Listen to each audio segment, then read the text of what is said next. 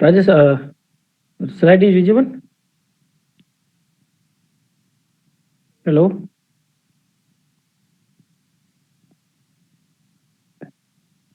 So, good evening all. Today we have discussed about silicon vapor dicing, etching, uh, uh, gas sensors type, how that console physics will be, the simulation will be work about that physics that in week 5 live session class.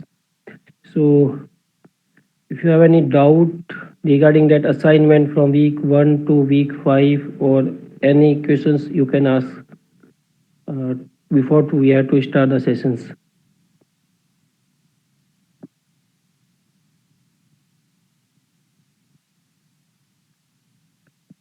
So we have in this class we have uh, go through that silicon vapor, how silicon vapor will be fabricated, what is the types of the silicon vapors, uh, and how we will do the etching and cleaning of the silicon vapor and everything that. So silicon is a semiconductor materials, that group of material called semiconductor. Yeah, they are key material for the most of the electronic devices. Most of the electronics components are made of the silicon, germanium, or other materials, quartz, glass, sapphire substrate. So, like diode, transistor, FET, lasers, microprocessor, detector, and high process devices are made of that semiconductor materials. From column 4 of the periodic table, they have the 4 valence electrode and are tetragonally bonded together, giving stable octet configuration. So we have talked about that group third, group fourth, and group fifth of the periodic table for the semiconductor devices. These are the solid which are have the quantum mechanically allowed carrier energy state. So you can see the diagram that how they are bonded that in this diagram. Mm, in this diagram that we have the A plane, B plane, A that dimension of A, B, and angle alpha, beta, gamma between that structure of that vapors. So usage of the semiconductor in the MEMS device technology and bulk micro machining structure. How can we use these vapor silicon and semiconductor material in MEMS devices? So why we used only the silicon, not the other semiconductor materials for the fabrication of that MEMS devices or gas sensor and actuator? So silicon is an elemental semiconductor and there are no stoichiometric problem associated with. So we have the not that structure problem in the silicon associated with or any thermal or any other properties that associated with silicon. So it is better than other materials semiconductor. About 90%, 98% of the semiconductor devices are made of the silicons. Whatever the devices available in the market, all are fabricated on the silicon vapor, about 98%. It is the most suited material in the predictability that mature crystal growing technical available up to grow up to 12-inch diameter of the silicon.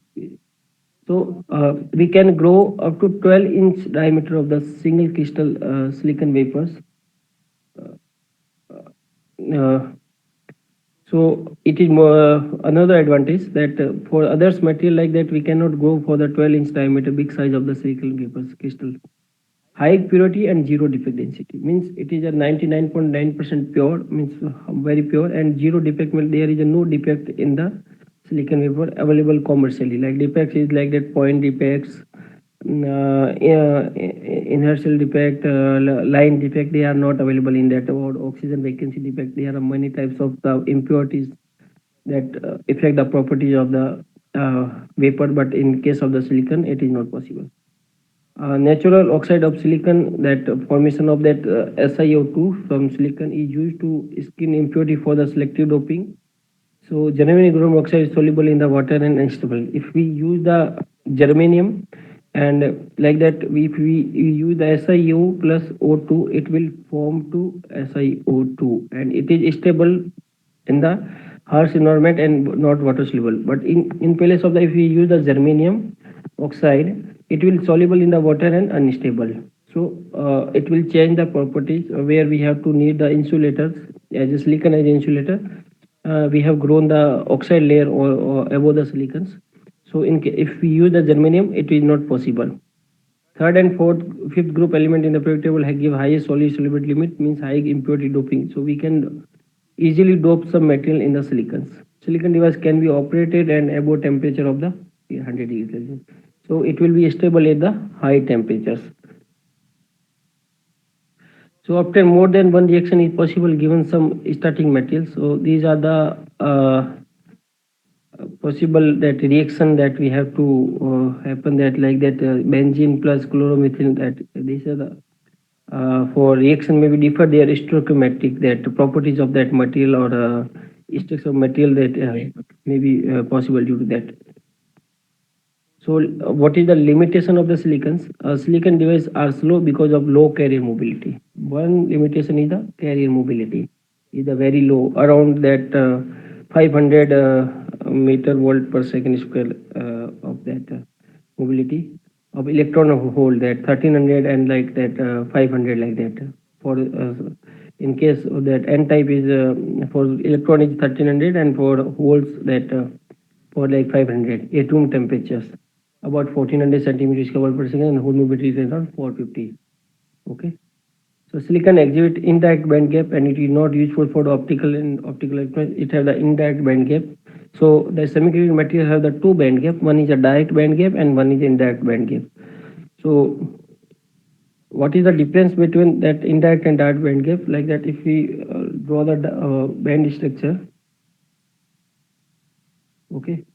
So what will happen in direct band gap? The material will be directly go to the, there is a conservation of the momentum energy in the direct band gap. But in case of the indirect band, there is some difference and it will be moved like that directly or like that indirect. So there is a change in the momentum and energy in that semiconductor. So in case of the silicon is indirect band gap, so change in the energy and momentum of the electron will be take place in case of the indirect. So we cannot use for the optical and optical electron property like photodetector, laser, and that's in case. Non-magnetic in nature, and this material is not used for magnetic applications. Means it have not a magnetic property in this case. So we cannot use in the magnetic generation of the magnetic field or magnetic application or magnetic sensors. Like that, piezoelectric materials have the magnetic property, ferroelectric and ferromagnetic materials are available. These have the material magnetic property, but silicon have not magnetic. Very brittle to handle. The extra carry means it is very shining, and we will during handling it is very brittle, means it will be easily break. Like glass will not easily break, but silicon will be easily break in case of that. So this is the model of the silicons with valence band and electrons that are available in case of that. And average silicon bond energy is 220 kilojoule mole at room temperatures. 1 joule equal to 6.0 to 10 to the power 18 electron volt. So you have you have to, in the BTech and MTech you have to, if you read the semiconductor devices or electronics devices basic that aware about the valence band, conduction band, Fermi band, how electron will move from the valence band to the conduction band, and how that valence band structure of the silicon, germanium, and after doping how the material will be make the bonding, that all of you aware about this in the BTech or MTech courses. Any doubt till now about the silicon? Anything? Rajesh, have you any questions? No, sir. So Rajesh, you joined first time or you have also joined last class? No, sir. This is my first, sir, class. Okay, from where are you? Sir, I am from Gaya district, Bihar. So you are doing MTech or PhD or some working on some company? No, sir. I am just pursuing my BTech third year student. Okay, you are just student. So you have maybe gone through that in the your first year, that semiconductor devices and like that electronics.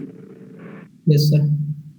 So you have to aware about the silicon, germanium, and band structure. What is the effect of the temperature? How much what if by p-type and n-type doping, intensing and extensing semiconductor property? Yes, sir. Okay, okay. So have you submitted that quiz week 1, week 2, week 3, week 4? If you have any doubt or you have.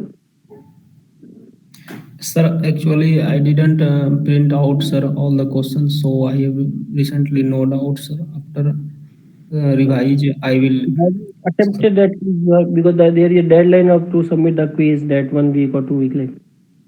I have completed all the weeks, sir, 6 week till 6 week. Okay, okay. So that is evaluated already or it will be pending some quiz evaluation? No, sir. Some question I have doubt, but recently I don't written it. So which college you are pursuing your BTech? Sir, Muzaffarpur Institute of Technology, Bihar. Okay, Mujaffer. Yes, sir. MIT. So so okay, if you have doubt, you can unmute yourself and you can ask the questions. No problem. Oh, Okay. So what is the general processing that device fabrications? How we fabricate a device? So this is the flow diagram of that device microfabrication process. So we have the one thing that property modification, that diffusion and ion implantation. Property means that if we have to take the silicon wafer, these are silicon wafers. Okay. So diffusion means we have to diffuse some metals in that, like the doping of that aluminum, boron, germanium, tin, or magnesium, jadeno, any metal you have to dope. Doping diffusion means diffuse some metal into the silicon. Or ion implantation means some heavy metals we can radiation and through implant some ion with some energy on that bombardment of the some energy. So both the processes are for that change the property diffusion of the some. I mean we have to add some extensing doping in this material. Then we have to do the patterning lithography. Last 2 to 3 class I already explained that how patterning will have to done. So what will happen that this is the silicon. Then we have to grow some oxide or insulator layer here, that is SiO2. This is silicon. Then what happen? Then we have to deposit some photoresist. That positive and negative type of photoresist will available in the market, and as per our application we use that. So above in this we have to deposit a thin layer of the photoresist. Okay, and this is SiO2 silicon. What happened after that? We use the one is a shadow mask. That mask contain a design that what we have to transfer that photolithography is transfer of the photo, like that we have the photo. If we click the photo and in the photo studio, and they have to transfer our photo on the some papers. So like that our design we have to transfer on that silicon wafers. So we have the like the shadow mask here, that mask is here, like that we have to design. This is open, this is design. So we have the UV light that will be expose the pattern on that our substrate on that is on photoresist, and this pattern will be transferred here. And then after the transfer of pattern we have to do etch. We have to remove the unwanted photoresist and material from the silicon vapor, and we have to grow the devices. Like that CMOS we have to grow first N channel and P channel, and then we have to make the source, gate and drain after insulator. Through the photolithography we can make the CMOS device or BCT devices. This is done through the pattern lithography of that lithography, photolithography, because we need the dimension as small as small, and it will possible through the photolithography only. If we require the channel length of the 1 micrometer or 300 nanometer, 207 micrometer, this will possible through the photolithography only. Through normal shadow mask drawing, we can make 300 micrometer or 5 micrometer, but the device size is very big. So we use that photolithography. If you have doubt, you can go through that my video also that uploaded on the YouTube channel also, or that sheet that shared by the NPL team to you, that you have to find the link there also. So I have explained that photolithography in that PPT also. Okay. In the next class, maybe I have explained more about the photolithography, or because V6 class is only on the photolithography.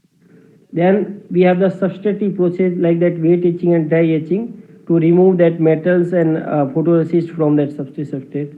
So wet etching we use some chemicals. In dry etching we use the plasma, like that nitrogen or argon plasma we use to remove that photoresist. In wet etching we use the acetone, methanol, or HF acid to remove that positive or negative photoresist. Then you use the additive process, oxidation, physical vaporization, chemical deposition, packaging. Means additive process means if we want to like that we have to make that electrode. Like that this type of the devices we have to make. This is the contact of aluminum or chrome aluminum, and this is the silicon wafer. Now we want to deposit here some materials. So we have the some technique like that oxidations, that we want to deposit a oxide layer of anything. Then physical and chemical vapor deposition, like that we want to deposit a ZNO material on that devices. So either physical vapor deposition or chemical deposition, we evaporate the ZNO materials, powders, through some method like that. In chemical vapor deposition, we heat that material around that melting point of that materials, and evaporate, and it will deposit on that vapors. In case of the physical vaporization, some people are doing that. Laser light will be focused on that ignite on that powder, and it will be melt that powder, and it will deposit on the substrate. And after that everything we have to done, then we have to do the packaging. Means we have to do the bonding, wire bonding, and everything, package that materials, make the devices, proper devices. So generally processing step involve the semiconductor device as image fabrication, chemical cleaning. So initially we have to clean that vapor, silicon vapor that we use, because the layer a lot of the impurity will be that unwanted impurity will be on the surface of that vapors. So we have to clean that process of the dry and wet and calcinated. That some people are use the sonicator, and then they dip in the IPA, that isopropanol kiln, and in the field of the magnetic field they rotate for 15 minutes and 20 minutes to remove that impurity from the silicon vapors. Oxidation process, this step used to grow Si2 on insulated at high layer temperature to cover the silicon region. So we want to insulate that silicon, because silicon is a conductive, and we want to deposit some insulator, so we use the oxide layer to deposit in the presence of the oxygen or everything. Then there is a diffusion process for adding of that N-type and P-type impurity in the material. So this step is used at high temperature to introduce the impurity atom into bulk silicon material, to introduce impurity atom to change their electrical properties, like they change the conductivity, resistance, current, and as per the application we have to do the doping of that material impurity diffusion.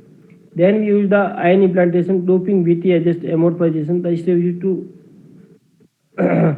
introduce the required impurity ion species into bulk silicon material at room temperature by oscillating very high energy to lower that inside in the lattice. So we use the high energy of energy beam to introduce that doping. Then chemical vapor deposition, low pressure chemical vapor deposition, pressure pulse generated, atmosphere pressure CVD, room temperature CVD. These are used to deposit different materials. Then we use the photolithography, optical photolithography, E-beam, X-ray, ion beam, to make the device, to create a device of that devices. Like that, if we want to make the BGT, CMOS, transistor, diode, through that we can fabricate it or deposit of the metal contact on above that conductive layer of that silicon vapors. Then we have to do chemical etching, wet and dry etching. I already explained in the last class, also plasma and wet etching, and remove the unwanted material from the silicon vapors. That then we have to metallization. We have through the thermal evaporation or EBL, E-beam. We have to evaporate the materials on that pattern that we have to cater through the photolithography, like gold, aluminum, chrome, nickel, what type of material you have to require. Then inspection, and we have to check in the microscope that we have to deposit properly metal, etching will be done properly. There will be there will be no any impurity, leakage of that acetone, any other will be not depending on that devices. Otherwise, it change the properties of that devices. Then how the silicon wafer to work with. Okay.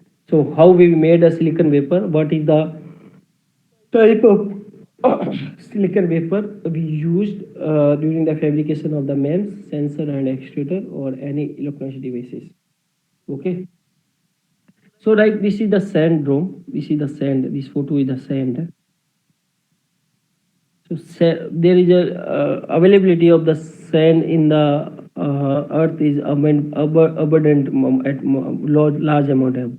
So that's why we use the silicon wafer for the manufacturing of devices other than the other materials, because the sand will be easily available. And then this type of the wafer will be fabricated through some different that CGT method or others methods to ignite method to make the silicon wafer of that diameter of 2 inch, 3 inch, 6 inch, 12 inch. Till now we have the we have the manufactured 12-inch diameter of the silicon wafers.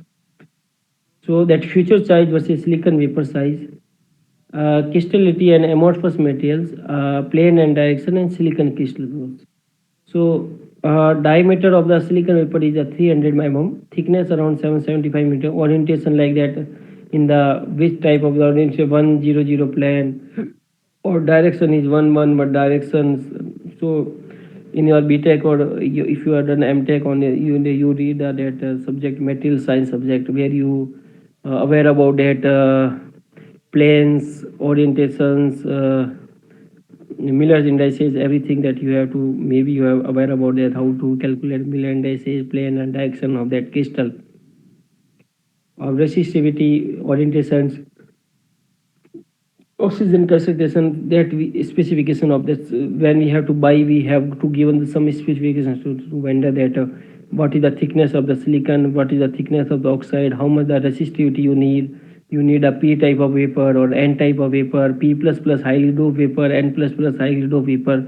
As per application you can buy through the market, so you have to provide a specification to the vendor and he will be delivered as per your requirement.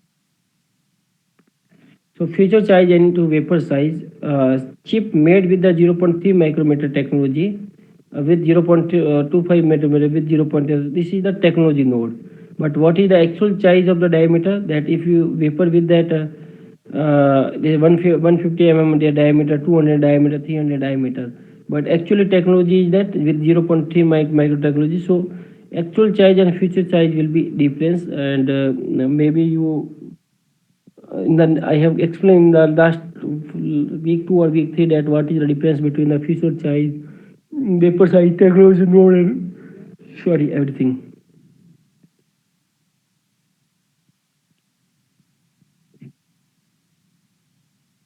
So this is the vapor size, a 2-inch vapor. We have to fabricate that in your figure. You can see that 2-inch vapor in 1969, and then vapor size is growing, and future size is 5 nanometer, 512-inch vapor in the 2002. This big size of the vapor we have to fabricate that.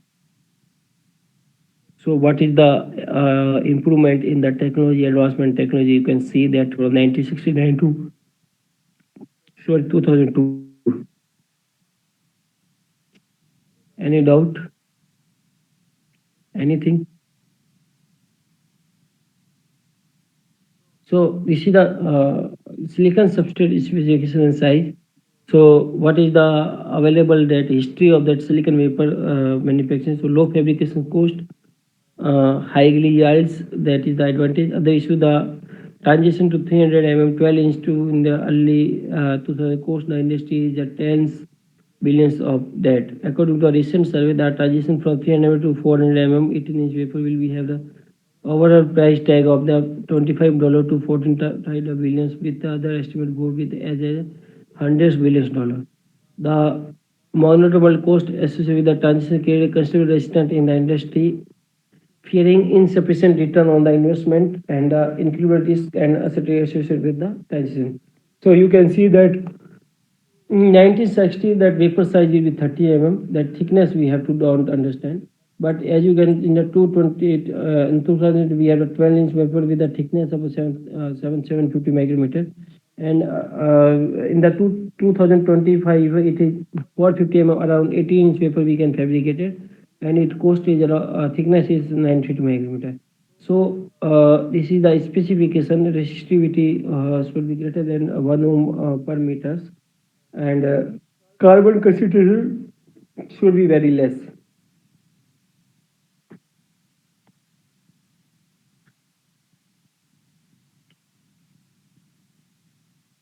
So, what is the basic process step for the vapor precipitation? How can we fabricate the vapors? How can we prepare the vapor? So, first we do the crystal growth from the raw material, that sand. We have to do the crystal growth. Some method will be available to grow the crystal, like the CGT method, more feasible to fabricate the. We have the ignite in the crucible. We have to put the sand, and at a high temperature we have to melt that sand and fabricate the silicon vapor impure, and then we have to do the shaping, that cutting of that shape, that circular and rectangle shape we have to do, and then we have to do vapor slicing. We have to cut the vapor like a 3 mm, 100, 700 micrometer, 100 micrometer thickness of the vapor according to the applications we have to cut. Then we have to the lapping and edge grading. During the cutting, they like that. If the silicon is like this is the vapor we have to cut, and this is the lapping and edge grading to make this circular. So we have to some grinding and lapping. That process will be used to make it a proper circular shape and finish the edges of that vapor. Then etching. Etching with removal of the some materials, that oxide will be grown during the process. We have to remove some impurity will be on the dead, and then we have to do the polishing. If we have to polish that vapor, that some vapor are come with a single side polish, some vapor are coming with a double side polish. So as per the requirement and applications of that users, we have to make that vapor that single side polish or double side polish. Then we have to do cleaning. After that, everything, because during that this process, many atoms and nanoparticles that we have to that clean. How can that 1 micrometer and 1,000 micrometer, 10 micrometer or nanometer of that particle will be on that available in the environment. That will be available on the surface of the silicon vapor, which will be change the property of the materials, conductivity of that vapor. So we have to remove that. So we have to do the cleaning. So it will cleaning process are identify that RCA1, RCA2, Pirani, Pinhari cleaning, that you go through that in the next class, or I will explain that available that like that. In my case, what we have to done, we have to take the piece of the silicon vapors, and we use that. First we use dip into that IP, isopropyl alcohol, and we have to sonicate it for 15 minutes, and after we have to remove from that sonicator, and we rinse with the DI water, distilled water, and then we have to dip into the acetone, and we have to boil it for 10 minutes around 50 to 100 degrees Celsius temperatures. And what will happen during this, it will be remove the particles from that surface of silicon. So we use the ethanol, methylene, and some people are use the diluted HF solution of the concentrated isop solution, dip for the 1 second and 2 second, and remove immediately. And then we have to rinse in the DI water, and then we have to blow. We have to clean that, remove that, dye that through the nitrogen blower and some other plasma cleaning that we have to use. Then we have to inspect that vapor in the optical microscope and SEM and FSM, that impurity will be, and grinding and polishing will be proper or not. And then we have to do the packaging of that vapors. Any doubt? Any doubt?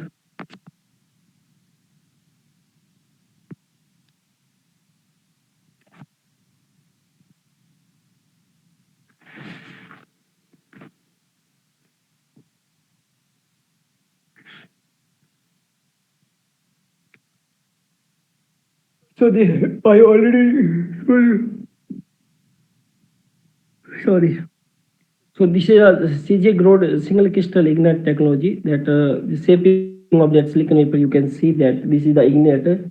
we have to make the silicon that ignite, and then we have to cut in that cylindrically we have to cut, and this type of this cutting will be available, and then we have to shape that shaping of that paper will be done.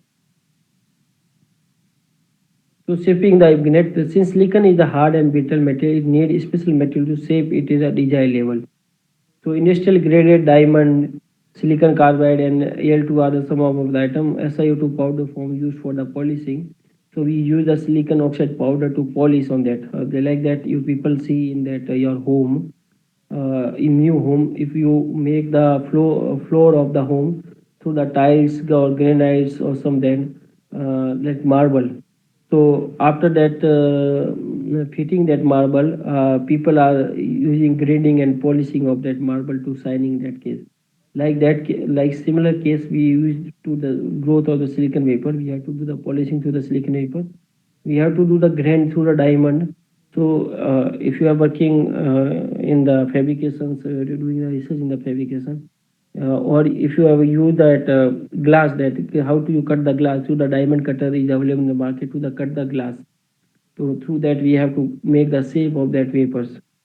So harnessed diamonds that we use for the material to cut that silicon vapor on a particular shape. 10 Mohs scale, silicon carbide is around 9.02 Mohs scale. So diamond is the hardest known material, 10 Mohs. However, the hardness of the diamond is directional. It has hardest parallel to its octal parallel, that one in the direction is the hardest. Okay. So this is the vapor shaping process. You can see that how the vapor will be cut. Diameter grained, flat grained. You can see that a step you have to taken that in that case. So 1 minute.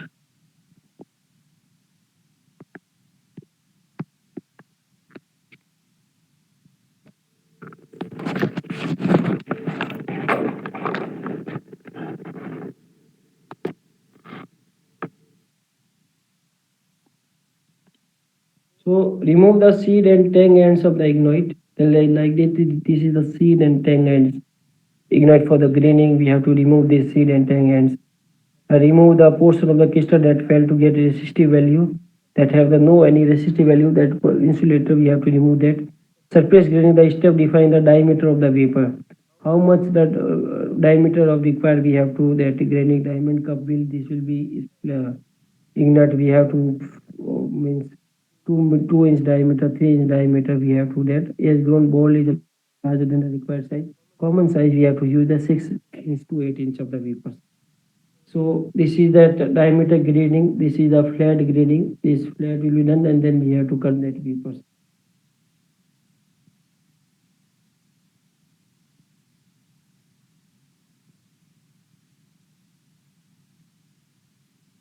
Anything? Any questions? Then this is the vapor slicing. See, this diamond cutter will be there, silicon vapor. So internal diameter vapor saw will be there. That will be cut. That slicing will be done. So slicing is important in the 4 importance parameters. Surface orientation. What is the orientation? It is in 100 direction, 1 direction, 1 - 1 direction.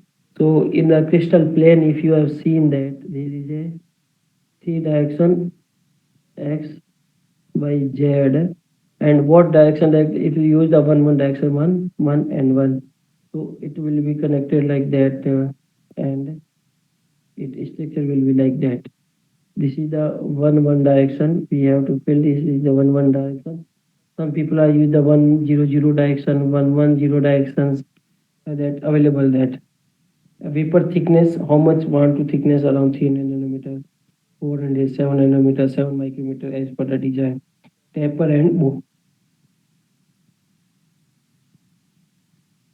So in the images you can see that how can we use to cutting that vapor, that taper and 3-point reference plate, bow and taper thing, mediation surface and everything that. So vapor slicing, that vapor thickness is initially fixed by slicing. By taking other process step and the feasible losses therein, monitoring of the blade vibration and blade position is important here. Exchange correction and other non-impurity are to be taken care of the this step. Means slicing at the point of that step in the slicing, we can fix that thickness of that silicon vapor as per the design. Like that, I want the 300 nanometer of the silicon vapor. So during the slicing, I have to cut the vapor that have the diameter of the 300 nanometer thickness, and then to cut the diameter we have to monitoring that rotation of the blade and vibration of the imported pattern. If it is a more or less, it will be maybe that the thickness will be less or more, and we cannot get a desired thickness. So like that, if we have the excessive cholesterol and other non-humidity in the vapor, we have to take care during the slicing only. If we have to not take care during the slicing, we cannot remove after that cutting the slicing of the vapor. So during the slicing of the vapor, we can remove all the things, curvature that or some other non-uniformity, some cutter on the edge and everything we can remove during that vapor slicing process.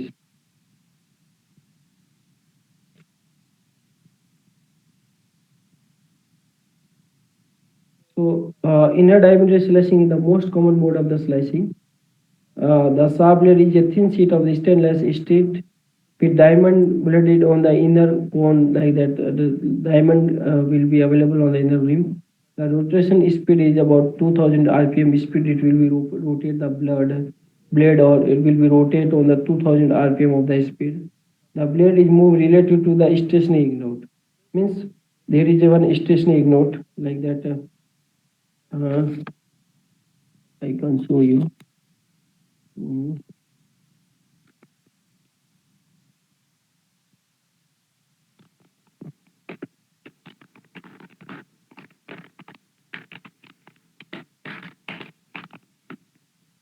Like that, this is the ignite available here. This is the ignite.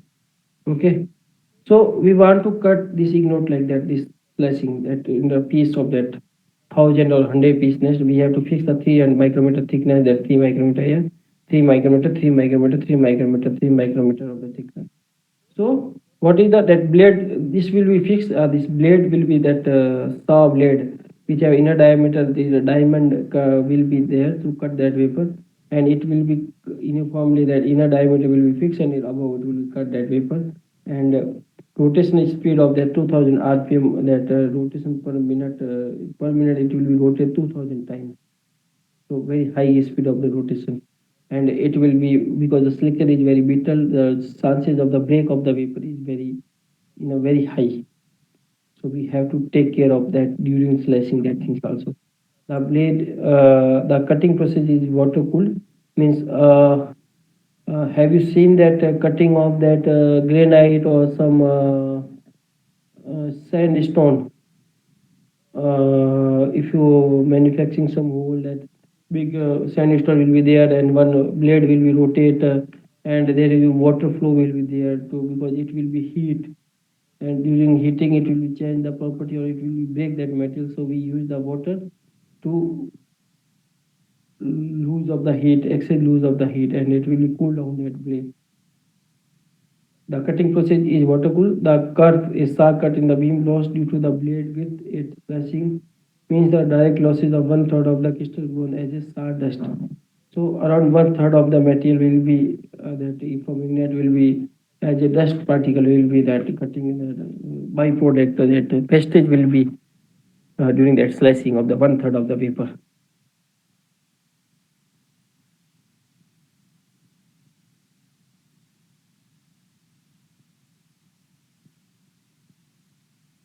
Any questions? Sorry, any questions till now? Any doubt? Anything?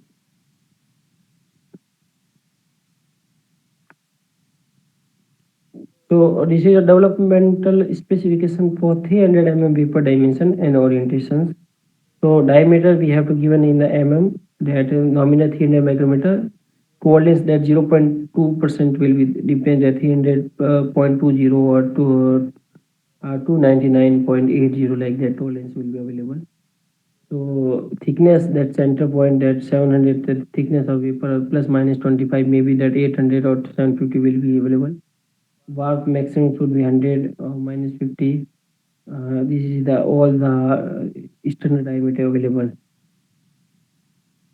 So this is the orientation of the crystal. You can see that 110 plane orientation, 110, 10011 plane orientation. How the vapors orientation will be there. So it will be deciding during the slicing also what orientation you have to require.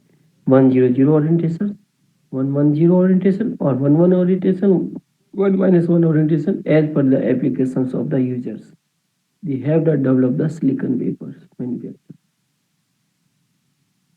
So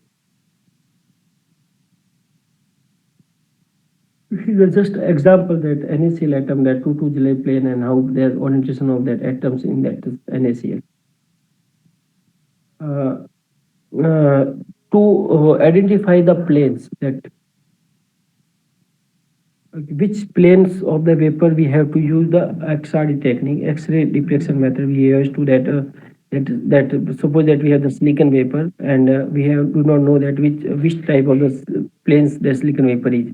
That 100, 111, and 110. So if you they have not mentioned that which plane that you have to brought, so you just do the X-ray diffraction technique method, and through that a particular angle it will be give some peak value, that this type of that graph will be there. So here is the intensity, and here is the 2 theta. We measure that angle in the 2 theta degree, like the 10, 20, 40, 50, 60, 80, 90, 100, and like that we have the peak, like that this type of the peak will become in the XRD. Suppose it will become on the 40 means, so maybe from that some external parameter or some file available, you can identify that at 40 degree what type of the silicon plane will become. It is either 110, 1 - 1, and 111. So you can identify that orientation of that vapor through that XRD technology also. So uses that phase identifications, crystal structure definement. Phase means what is the type of the phase that it angle, that 20 degree alpha beta gamma phase. Crystal structure determine what type of the crystal is, monoclinic, triclinic, tetragolden, rhomboid, octahedral, what type of structures. Radio distribution function, thin film quality of the thickness. If there is a high intensity of that silicon peak, that 1 0 means high quality. Crystallography texture, that what type of the crystal will be there, and amorphous, either it is amorphous or crystal in nature, we can identify. Crystal size, we can through that some grating phenomena, that 2D equal to lambda by cos theta. Through that we can crystal size, that from that full width hard magnetism, that how much the size of the one crystal in that 10 micrometer or 20 micrometer. Any if any shifting in that angle of that XRD, so it will be, you can identify there will be due to the stress or strain or some impurity. So through the XRD you can analyze that vapor, that quality of the vapors, and you can identify the planes. So this is the Blake's law through which we can identify that diameter of the crystal size, that n lambda equal to 2d sine theta. So this is the how will be that detector and X-ray tube will be, that we have to put the samples here, and X-ray will become here on it, and it will be detected by the detector, and it will be rotate of around 160 angle, and we have to, at a particular angle we have get the maximum intensity of the peak, and it have some planar structure, we can identify that. So this is the main the actual size of the vapor plates. How, if from the vapor plates you can identify the orientation of the vapors. Either it is 100 type, or P type, or N type, or we have the two plates. One is the primary plates, that is the, you can see that this is the primary plate, then is the secondary plate. On the angle between the plate if is the 90 degree, then there is a 100 P type of the vapors. If you see, if you given that vapor like that, the two flat will be available in the vapor, and if someone be told you that can you identify that which type of the vapor and what is the orientation of that vapors. So from that flat you can identify that if the angle between that primary flat and secondary flat will be 90 degree, then it will be the 100 type P type wafer.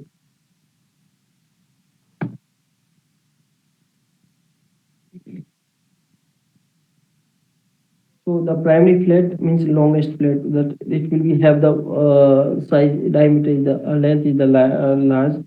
So it is used as a mechanical locator in the automated process equipment to position the vapors. Means when you have to put in the ignite and do the slicing. So we for cutting during the slicing, that flat cutting. So during that time we have to manufacture that primary flat type. So serve to orientate the IC device related to the crystal direction, parallel or perpendicular. So it is either parallel direction, that on which axis it will be parallel 100, one x axis, y axis, z axis, or on which axis it is a perpendicular. So by convention, the primary flat is oriented perpendicular to the 110 direction. That plane direction should be 110 direction. Secondary flat serve to identify the orientation and conductive type of the materials. So what is it either P type or N type, and what is the conductivity of the material? We can anyway. Secondary flat provide a means of the quickly sorting random vapor in the lot. So if we have available of the 100 vapors in our labs, and we want to identify that it's a P type or N type, or what is the conductivity, through the secondary flat we can identify.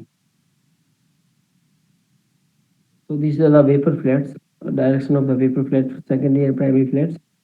So till now, any questions? Any doubt?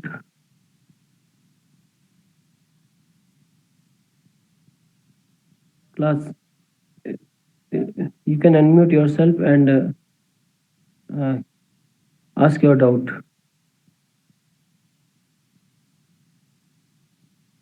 If you are not able to unmute, you can text message on that also.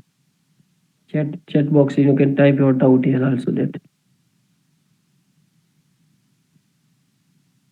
So in case of that N type and P type, you can see that how to you identify that P type vapor or N type material. So in P type materials, the angle between the second and flat primary flat should be 90 degree, but in case of the N type material, that angle between it will be 180 degrees Celsius. So like that, this is a 110, this is 100 type, and if there is a angle between second and primary flat, it will be that 45 degree. So it is 1 type N type, and if there is only the primary flat on the one side, it vertically, so it is 1 type P type wafer. So from that flat of primary and secondary flat, you can type the orientation and the action of the wafer. So after that slicing and everything, the next process will be we have to do the shaping and polishing of that wafer. Means grinding that to make that sharp edges, and to remove the uh, proper diameter of that. Like if you want to 2-inch wafer, that diameter of the 2-inch wafer, so all the sides from the side, if we measure, it will be 2 inch, not the 2.1 and 2.2. That we have to minimize the error like that to around 0.25% or 0.20%. So grading that fast coarse removal abrasive particle. So we want to remove around that particle size of the 14 micron. So we use the graining. Like that, if you use welding in your BTech or MTech mechanical, they have the grading that after welding they have to polish, graining that material, smoothing that surface. Okay. So that if we have the particle size of the 14 micron, so to the RPM of the 2000 of the saw blade, we use the graining. Another process of the shaping and polishing, the lapping, coarse removal with the hard plate or workpiece. So mid-range abrasive, that 5 to 20 micrometer, and low speed that the particle size is below that between that 5 to 20 micrometer. So we use the lapping process, and in that case, the speed of the saw blade should be, diamond cutter should be that less than equal to 80 rpm. Unfortunately, tolerance should be that we have to take in 2.5 micrometer. remove metal to produce a smooth, flat, and unpolished surface, which are the dimensionally accurate specimen to height or less, generally less than a 2.5 micrometer uniformity through that method.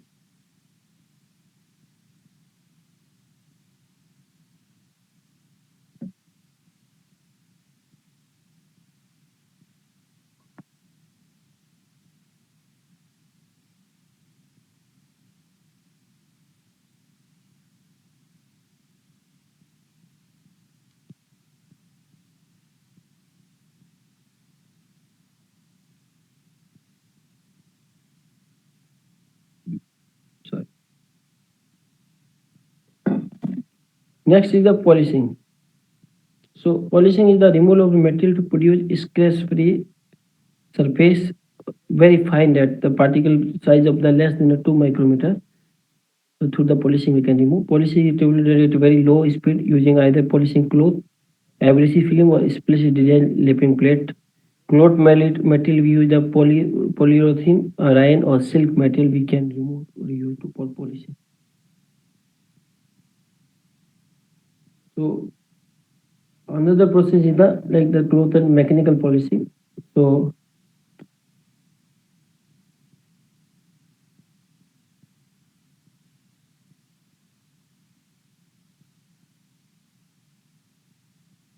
any questions still now?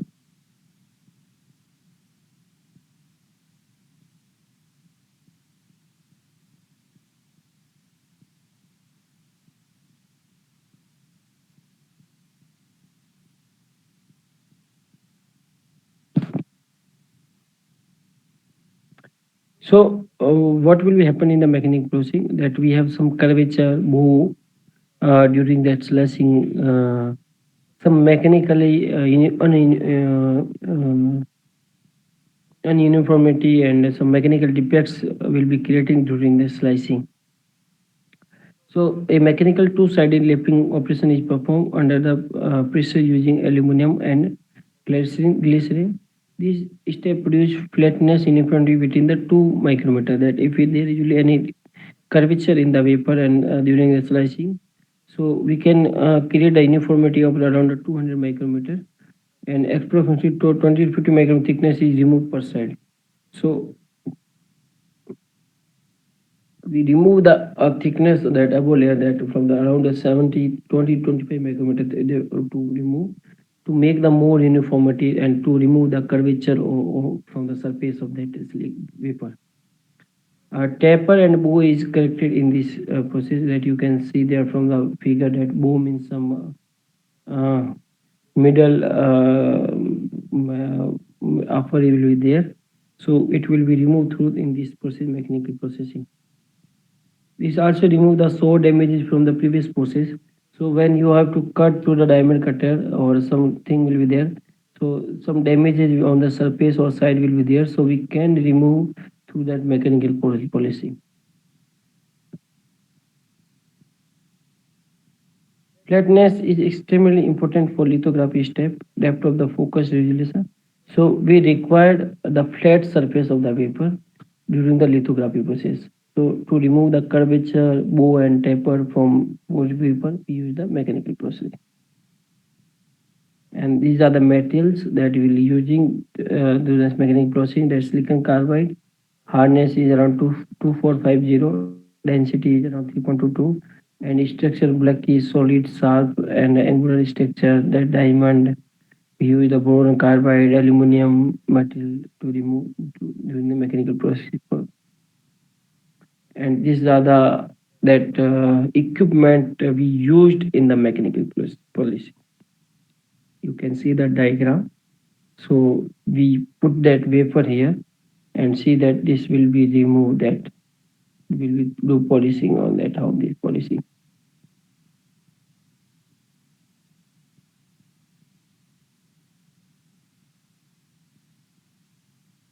Then edge rounding and counting.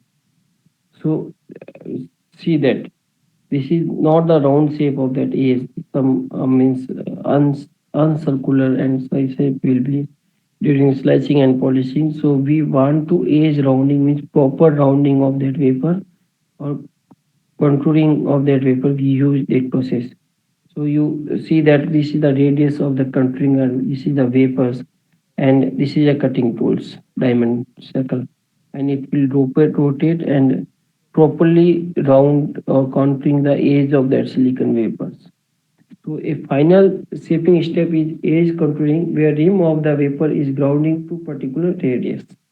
So if you want to fabricate 2 micrometer, 2-inch diameter, 3-inch, 4-inch, 6-inch, 18-inch, as per that diameter, we have to make the radius of that through the edge cutting.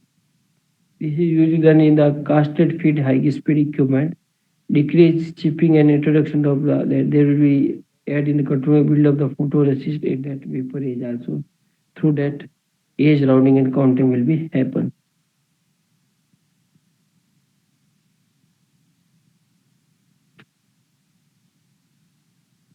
Now we go through that chemical etching. After that, everything we have to etch the impurity available on that silicon vapor that or everything that. So the previously described shaping operation leave the surface and areas damage and contamination.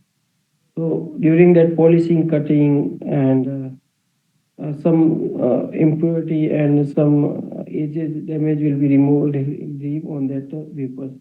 So damage are roughly at 10 micrometer deep and can be removed by chemical etching. As a safety precaution, about 20 micrometer thickness is removed here. So during the etching, around 20 micrometer thickness will be removed in that case. So before etching, a laser is commonly used to engrave an alphanumeric identification mark on each vapors. So we use the laser technology to remove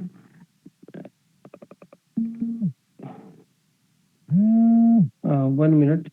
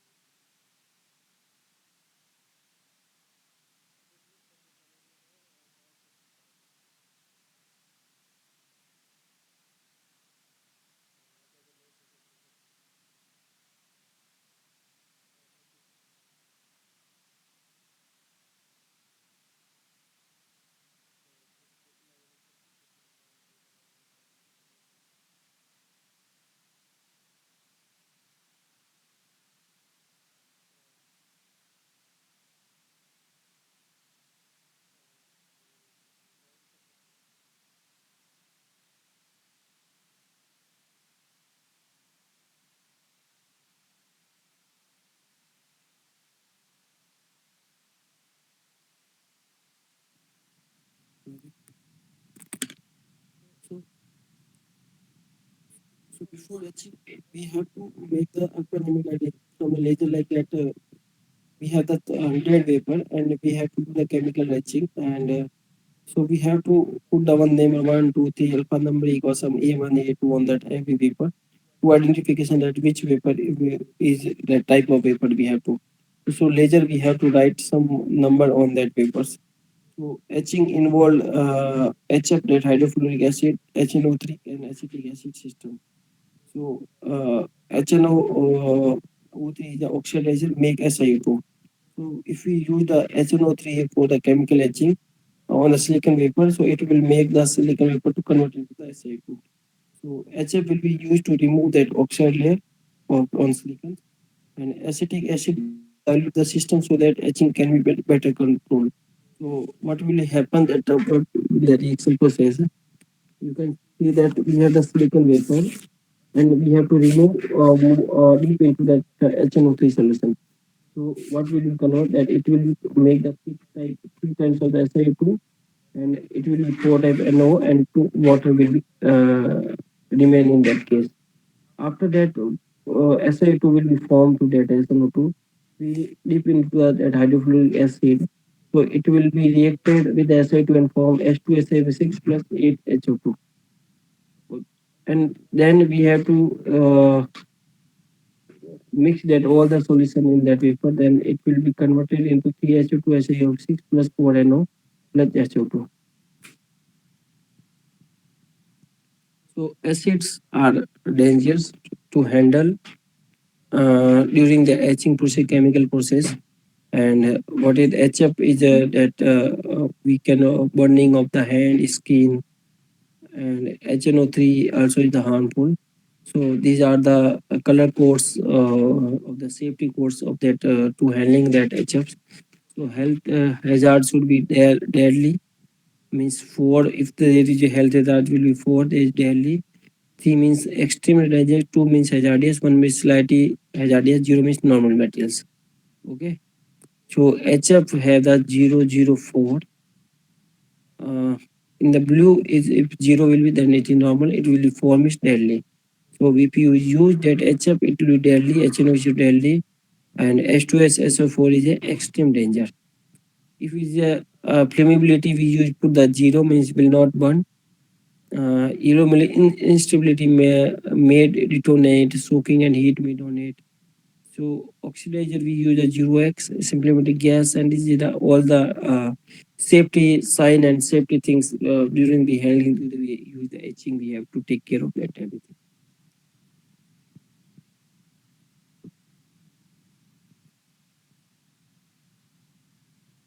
So these are the chemical etching. So you can see that both the figures. What is the difference? Anyone can you tell from the classroom? What is the difference you can see from the both vapor that before the vapor batch in and after the vapor batch out? See that this is the more glow brittle in case of that brittling. So it will be remove all the unwanted materials and particles that are deposited and grown during that slicing, polishing, and cutting and grinding during that times. So we dip the vapor in that solution of that HNO3, HF, or that materials, and we have to do cleaning of that vapor, removing the unwanted edges and that everything. So chemical mechanical polishing that is called as CMF. The polishing is the final step. Its purpose is to provide a smooth, perfect surface on which device feature can be photogenic. Means we need a perfect surface. A main concern is to produce a surface with a high degree of surface flatness and minimum local slope to meet the requirement of the optical precision lithography. So this is the machines. We have to rotate on the round table that vapor will be rotate like that. Here we will put the vapor and it on a fixed RPM, like the 1000 RPM, 20,000 RPM, 30,000 RPM we have to set. And we have to put some pressure and rotation and vapor carrier.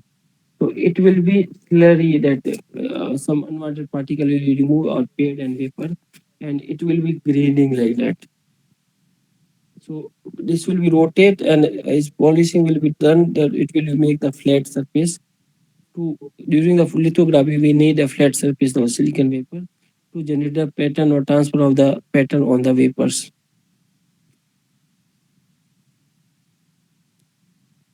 So what will be happen that continuing the chemical mechanical polishing? Any questions still now? Any doubt?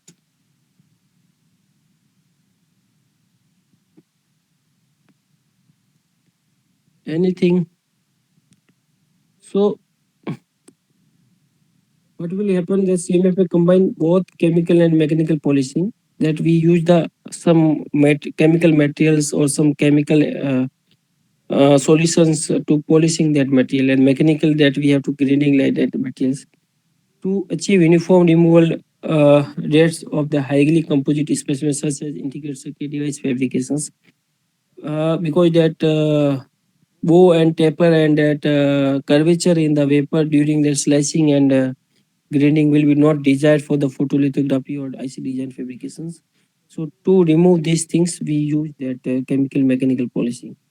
So CM combines the selectivity of chemical polishing with the mechanical removal properties of external mechanical polishing. It is done using the hard polyurethane polishing pad or polyester felt combined with a slurry is called the soul of finely dispersed aluminum silica particle SiO2 diameter of the 100 angstrom in alkaline solution. Any solution we use the SiO2 like powder. We have to paste some powder and then we have to do the polishing. A pressure of powder of the 20 millipascal is applied on the wet vapor. Single vapor processing paper for large vapor. Both mechanical and chemical processing done in the one go. Typical process remove around 20 to 10 to 20 micrometer of the size of the particles. So during that chemical CMP, we can remove around 10 to 20 micrometer of the diameter size of the particle from the silicon vapors. See that. This is the pictures. You can identify that this is the pressure and this is the vapor we have to put on the pad, and this will be pressure, or this is the vapor. You can see that some pad, and it will be polished.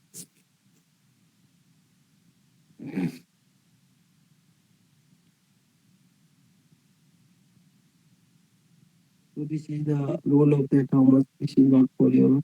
So this is the aluminum pad, and after COCMP, what will happen? That everything will be scattered diagram of that. Then we used to go to the silicon crystal growth. How the growth will be taken, crystal growth will be taken. Okay.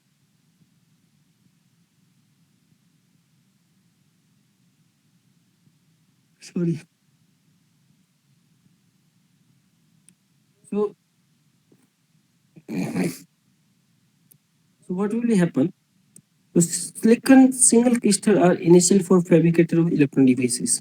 Electronic devices with diode, everything that laser, LED, BGT, CMOS, that we have to fabricate it. That will be fabricated on the silicon, and these are not available naturally. Silicon vapor through that sand and through the process we have to make that silicons. This material is relatively inert and does not form any compound. The main reacting species are the oxygen and carbon. So what is the main reacting species during that fabrication is the oxygen and carbon that available in the sand.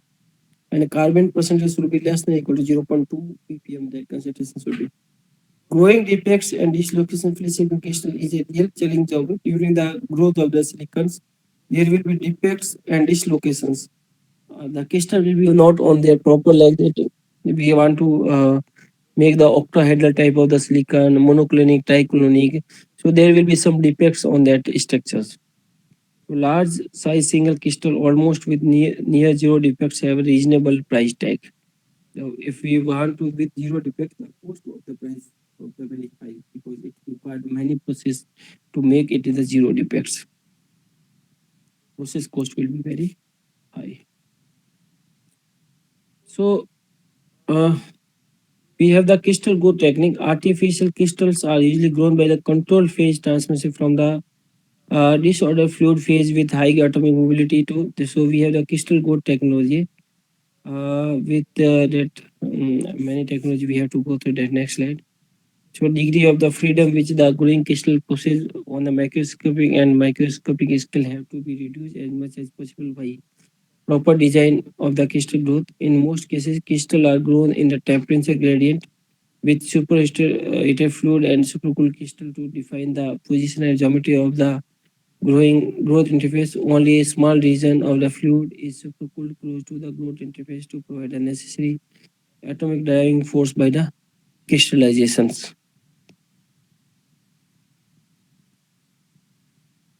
So these are the method through that we can grow that quartz type to metallurgical grade silicon, MgS grade type, MgS to chlorosilane type, trichlorosilane to electron grade silicon ECG to SES grade growth and refinement process we have to done.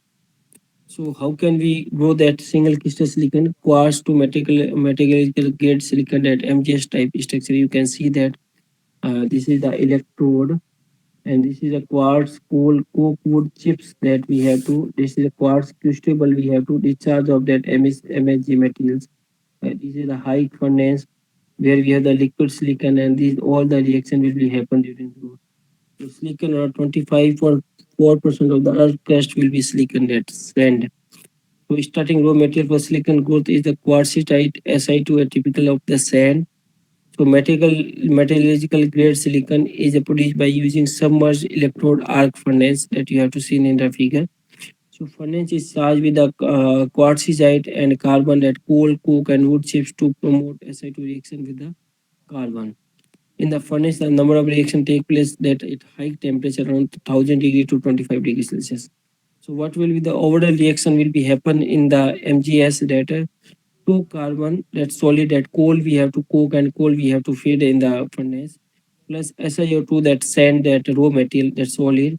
What will be happen that it will high with the reaction that will be formed that Si that liquid will be passed through this output plus that SiO that one gas will be happen that and CO that gas will be removed. So this is a metallurgical grade silicon that 98% of the purity. The main impurity as I just is the aluminum and iron because the electrode will be discharged and some it higher the quartz crucible that made of the aluminum so it will be removed and it will be added in the silicons. So this silicon is a very low efficiency solar the application of that for solar cell we use that type of crystal silicon.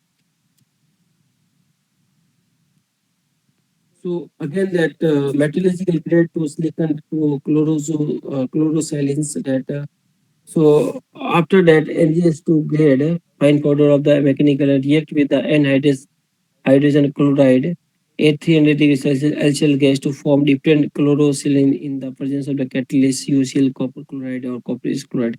So whatever from the MGS we have to get the silicon solid surface and then react with the HCl gas. So it will be form SiSO4 saline gas, SiHPHCl monochlorine gas. The different type of the as per the reaction and we have to form it. So when the silicon will be formed, it will be react like that. Uh,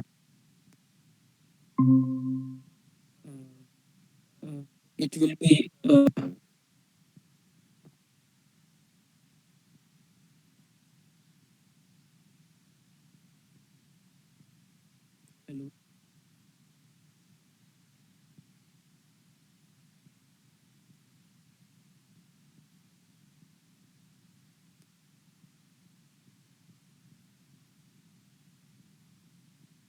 Anyone available? Hello.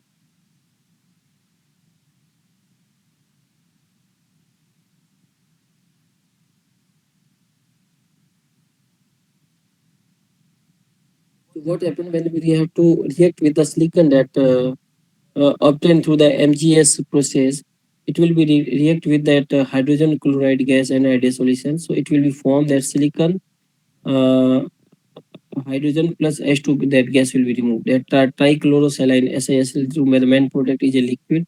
At room temperature, boiling point is around 32 purification done by the fractional destination process will be used to purification of that materials.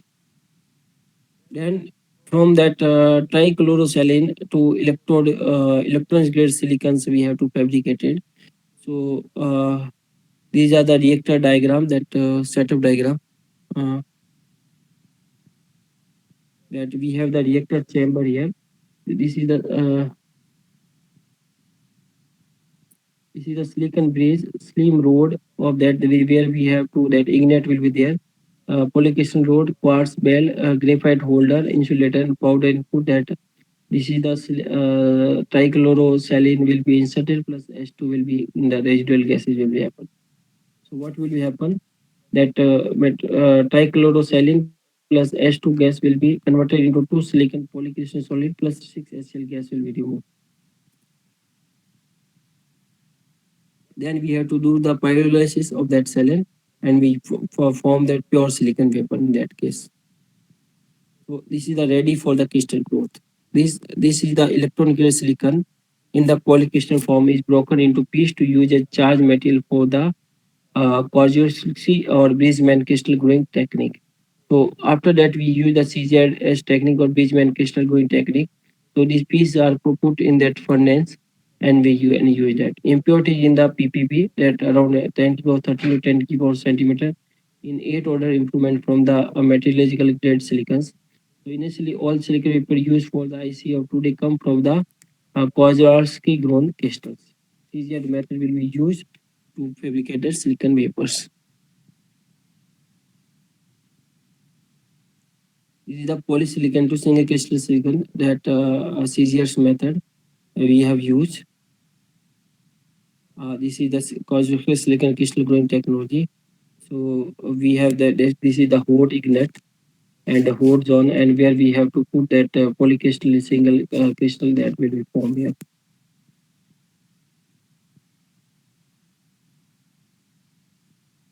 This is the method that how can we reaction will take place. See that after at high temperature it will be on that single crystal silicon that this is the single crystal, this is the seed. So what is the additionality of the CZ process? Silicon is melting stage is containing the crucible where impurity like oxygen and carbon can integrate that some impurity of the oxygen and carbon will be in that. Oxygen had advantage, provide instant to ignite, act as a getting source for the other advantage. Oxygen evaporate as SiO, silicon monoxide, or carbon levels will be 10 to power 15 to 10 to power 60 per centimeter of cube. So this is the crucible materials we have to use. This is the bigger materials, the ignite. How that ignite size will be there. So 2-inch wafer, 3-inch, 4-inch, 6-inch, 8-inch, 12-inch, and 18-inch wafer to be developed. This will be happen in the 230. So in the 2002, we have to fabricate 12-inch wafer, and it will depend upon the ignite size.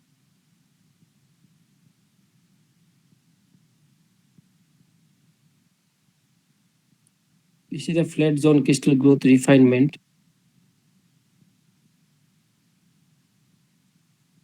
So this is the schematic diagram that how it will be working. So this is the effect of the number of the passes.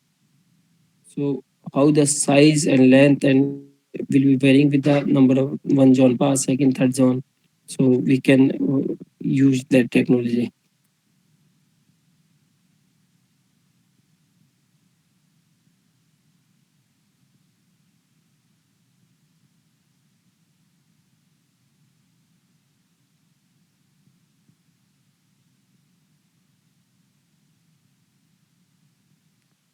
So you have to share some link by the NPTEL team to survey of that solving classes. So I think that you have to participate and you can to give to our feedback on that sessions how we can improve that solving classes is useful that online lesson that live classes. Uh,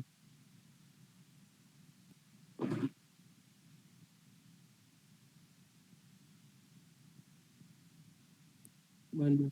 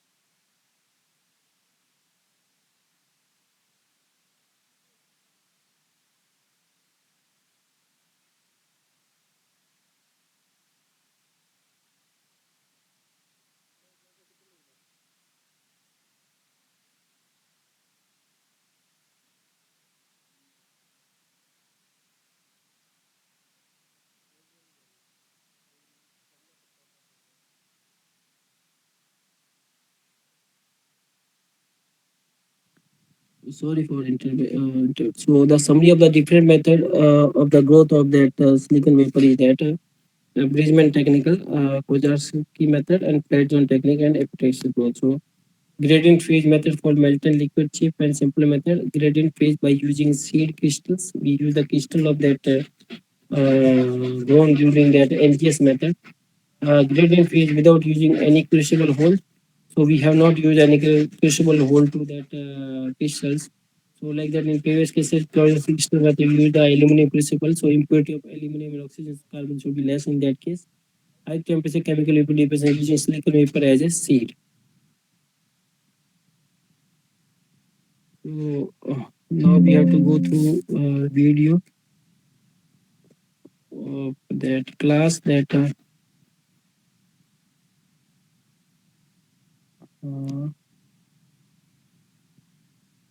people's at multiphysics.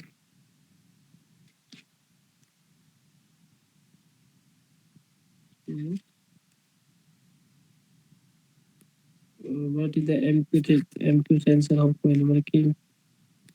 MQ type of sensor, you can see that thermal chemical introduction to that demonstration of the CAMSOL.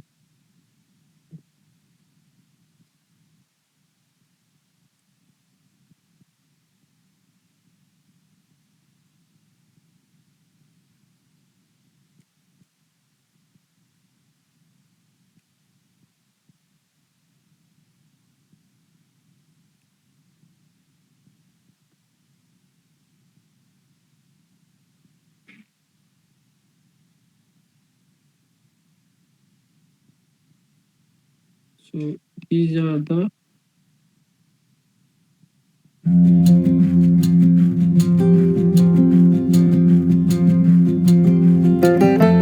in the class make some kind of actuators or pumps, and then how much the actuation would be. In addition to it, you also don't know what would be the stresses developed within the device and if it actually breaks or not. So such kind of prediction where you're working out. So these are different common types of MEMS materials that are available in the market. So if you see this slide, which talks about on the left side we have input energy and on the right side we have output energy. So if your input is mechanical force or it could be converting into stresses and you take the output as vessels. If between that materials, how will be happen that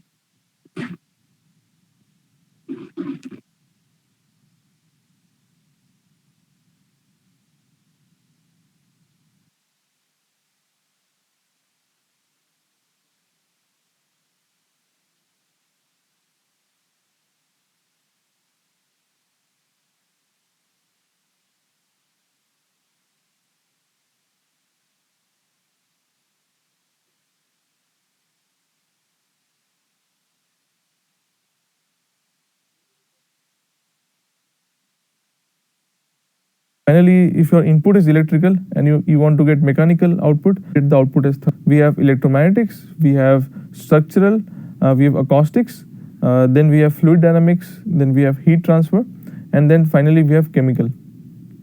So all these are individual physics, but no one is stopping you to couple two or more physics together. So for example, you can couple electromagnetics and structural, electromagnetics and heat transfer. And there's no limitation on the number of physics coupling that you can have. You can also write your own equations using the equation interface. You can optimize your design, so you can do shape optimization, you can do topology optimization, you can solve for inverse problems over here, and then you can also interface with other softwares such as MATLAB, Excel, or SolidWorks. All of them can be actually interfaced with COMSOL. So all of this thing, what we do is in Model Builder, and one of my colleague in the demo will show that how to actually make the complete model. And from that model, you can also create a very simplified app.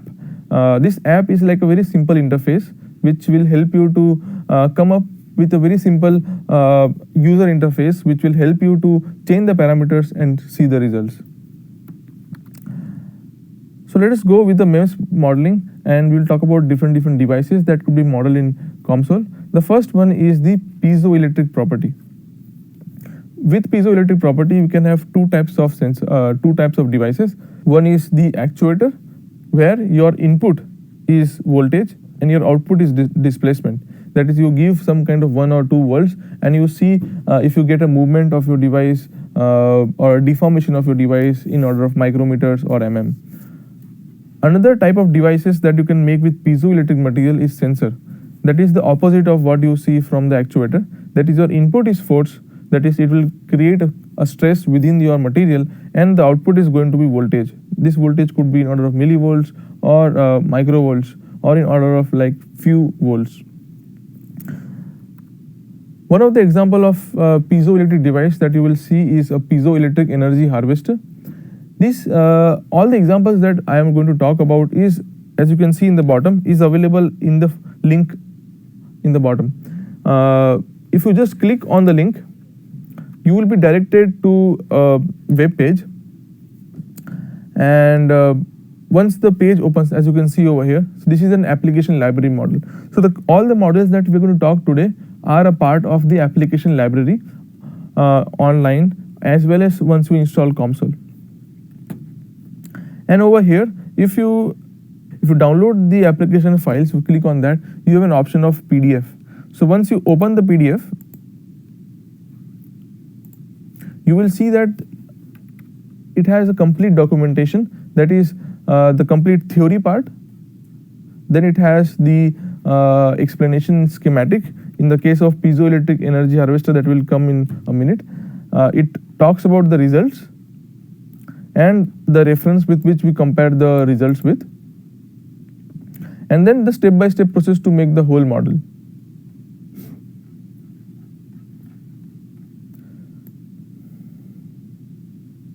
Okay, so all the models that we're going to talk about today are already available in the internet. If you want to download the model, you can even download that particular These model. are the multi-physics COMSOL Okay. process that you have For to that, learn. you need to actually make your In the own class, that login lecture, account. how they have to work. Okay, you can also I think that, search in the internet. For example, if you you can search need, for piezo I will take electric that one example that we already energy explained that.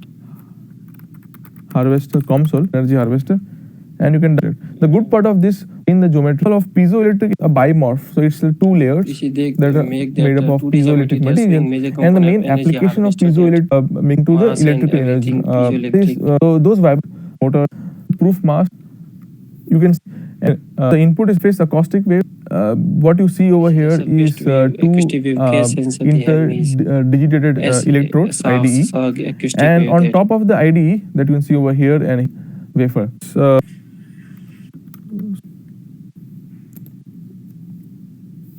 Model.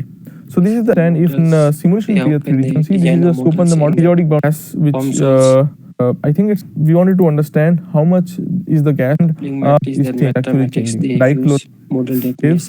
Composite resonator model. That bulk As you can acoustic see wave over here, resonators. again this is a 3D structure, You but can what we check model the is resonant a frequency of cross section of that it, that is a ZNO. 2D cross section, They have and we also deposited have a energy 3D in a example for contact this that on BOS top and sensor. on both This tops. bulk acoustic And on wave. the silicon Over here metals, also they we have get put a the frequency ZNO. response. Then we have Then piezoelectric this is shear extra beam bottom, wave it is acoustic over that here, analysis and what they have which is remaining, it's in you will see position on side in this piezoresistive device, which means This is the piezoelectric from this devices, pressure sensor is on this pressure sensors. and over here piezoresistive. Over here you can just download this model that we are The diaphragm. models So already available. to see what You diaphragm can simulate it in the we are console. applying mechanical Diagram and everything mainly that you used can in thermal actuator, statically beam, because that's capacity pressure sensor capacity pressure over here. sensors, Out of the files, so you can try on your information that we own give that in the consoles. that we absolutely the just one is stationed to these two bend the cantilever beam to bend a certain amount is a pull in voltage. Then we have a different example of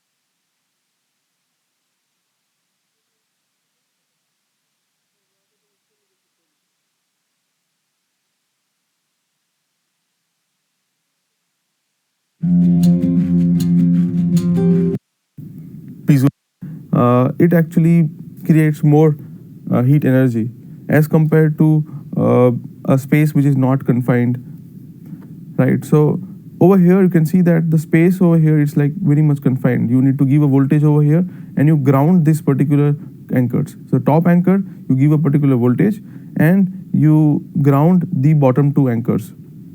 So the flow of current will actually be from here, it will go like this, and then it will be divided into two parts over here in the second from the top, and from the third, that is the cold arm over here. So the current will be getting divided into two arms, and the most of the heat energy that would be dissipated would be in the top arm that you can see over here. The heat which is getting dissipated will also lead to thermal expansion. So over here there are three physics that are going to be involved. The first physics is the electrical currents, that is the current that is flowing through all the arms. The second thing is, because of the Joule heating, there is a rise in temperature, and because of the rise in temperature within the arms, two hot arms and one cold arm, there is a thermal expansion. The thermal expansion takes place in such a manner that it allows your device to move in a single direction. That direction is defined by the structure that we have made. Over here also, if you imagine that the top layer, these three directions, first direction, so it cannot move up and down, but it can move laterally. This arm, that is the top arm, is going to expand, thermally expand, so then it will actually move toward the lower side. So that's what we will see, how to set up this particular model, how the deformation is going to take place, how much deformation is it's going to take place, and finally try to understand if we are talking about a particular from the bottom over here to the top. This is the example of that And then fabrication of the thermocouple. battery structure. Okay, Make the a console, you can go through that video. which kind of thing that is using have heat capacity at constant model, But parameter change, how can you change the parameter and everything? And then you have to go through the MQT gas sensors using Arduino. So this is the available in the market.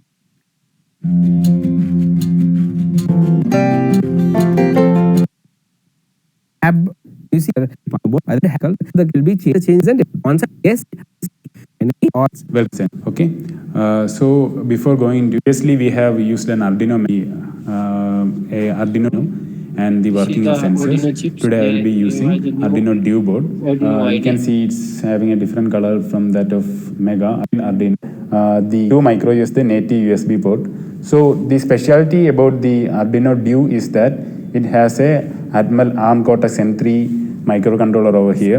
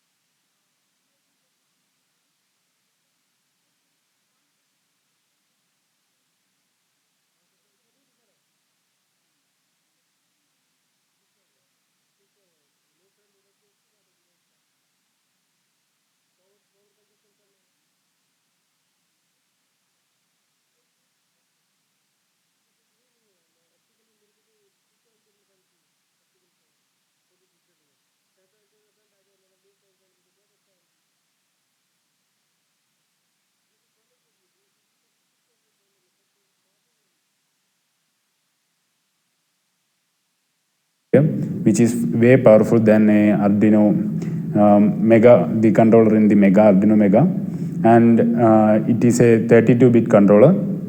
Okay, so it also has 512 KB flash memory, so you can do more coding as well as you can store more data into this board. Okay, so this is it. And different applications of Arduino Duo are like it can be used as a mouse, it can be used as a keyboard, etc. Okay, so that's it about it. Other than that, there are 54 digital input output pins, there are 12 analog pins, okay, and there are also PWM pins over here. Similarly, you have communications, UART communication over here also. Okay, so that is about the Arduino Duo board.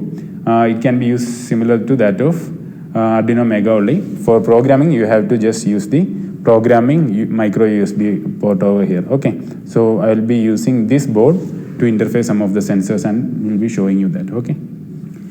So before using the Arduino Duo, I would also would like to introduce the Arduino Duo in the IDE platform. So Arduino Duo does not come by default in Arduino IDE platform, so you have to add it.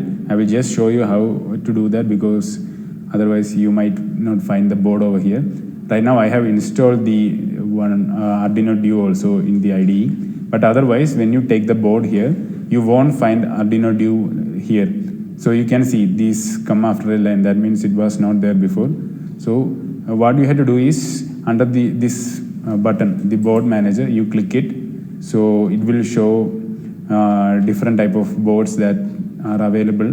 Okay, you can type Duo here, so it will show here Arduino SAM boards, 32-bit ARM Cortex M3. Okay, this is the package that is containing Arduino Duo. Okay, and you can select the version also, and I have the button for removing that add-on here, but in case you haven't installed it, you will have an install button. You just have to press it, so a downloader will download it and install it. So that's how you install a new board. Okay, so you can use this option to add the Duo. So once that's done, under the tools, the Duo will come over here, and you have to select the programming port because I told you it has both programming port as well as native USB port. Okay, so that is it. Now we will discuss about a sensor now. So we will be discussing about a gas sensor today. So this is a practical example or a commercial example of a gas sensor. So Professor Pandya must have told you that there are different type of gas sensors and different working principles. Okay, you must have also heard of metal oxide based gas sensors.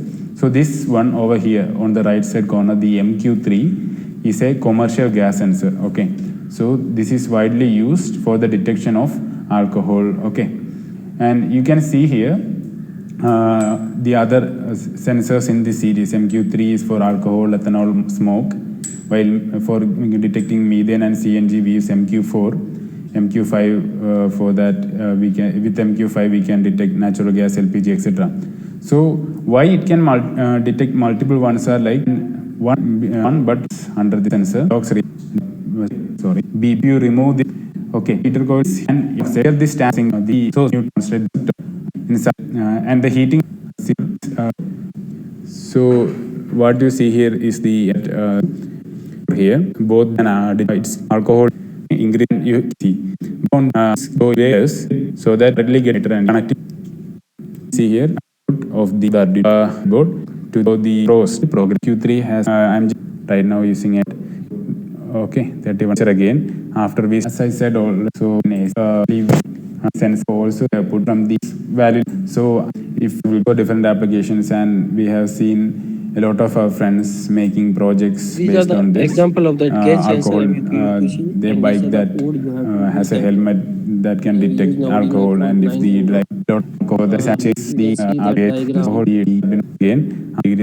Okay, this one right now using a as I said, the MQ3 has a heater inside. Okay, a nichrome heater wire inside. So I'll be thermon. Even though they have been in the right now, it is so you have to be different on that. You have now solid session of gold. Or you must, if you feel value accepted, it's going to you and sensor has turned on. That means the sensor is on now. Okay, so with the ethanol, 95% ethanol. Put some Okay, ethanol this is alcohol only, on which that, can be detected by the gas sensor. I'm just pouring a little bit into the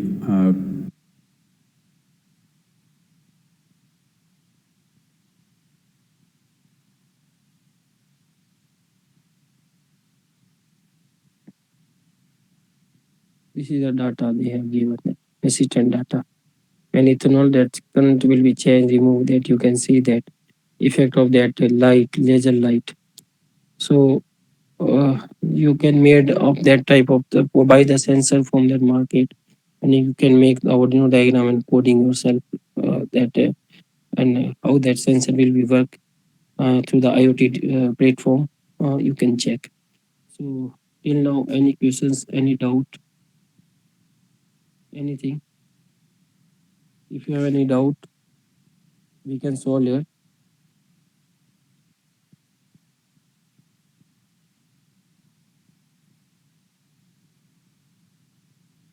Anything on that silicon and that consoles physics?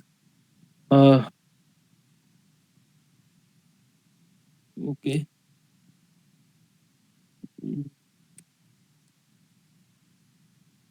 So if you have no doubt, so we will stop here and we will meet on next week for week 6 class. You can put your doubt on the ask a question form where you can, maybe we have taken your doubt from there, and we will explain in the next week class, live class, or if possible we can respond on you that ask a question Google form that's so important, so you have to give us, or you can put your doubt in, take your doubt in the next class also from that assignment problem or quiz problem from that section.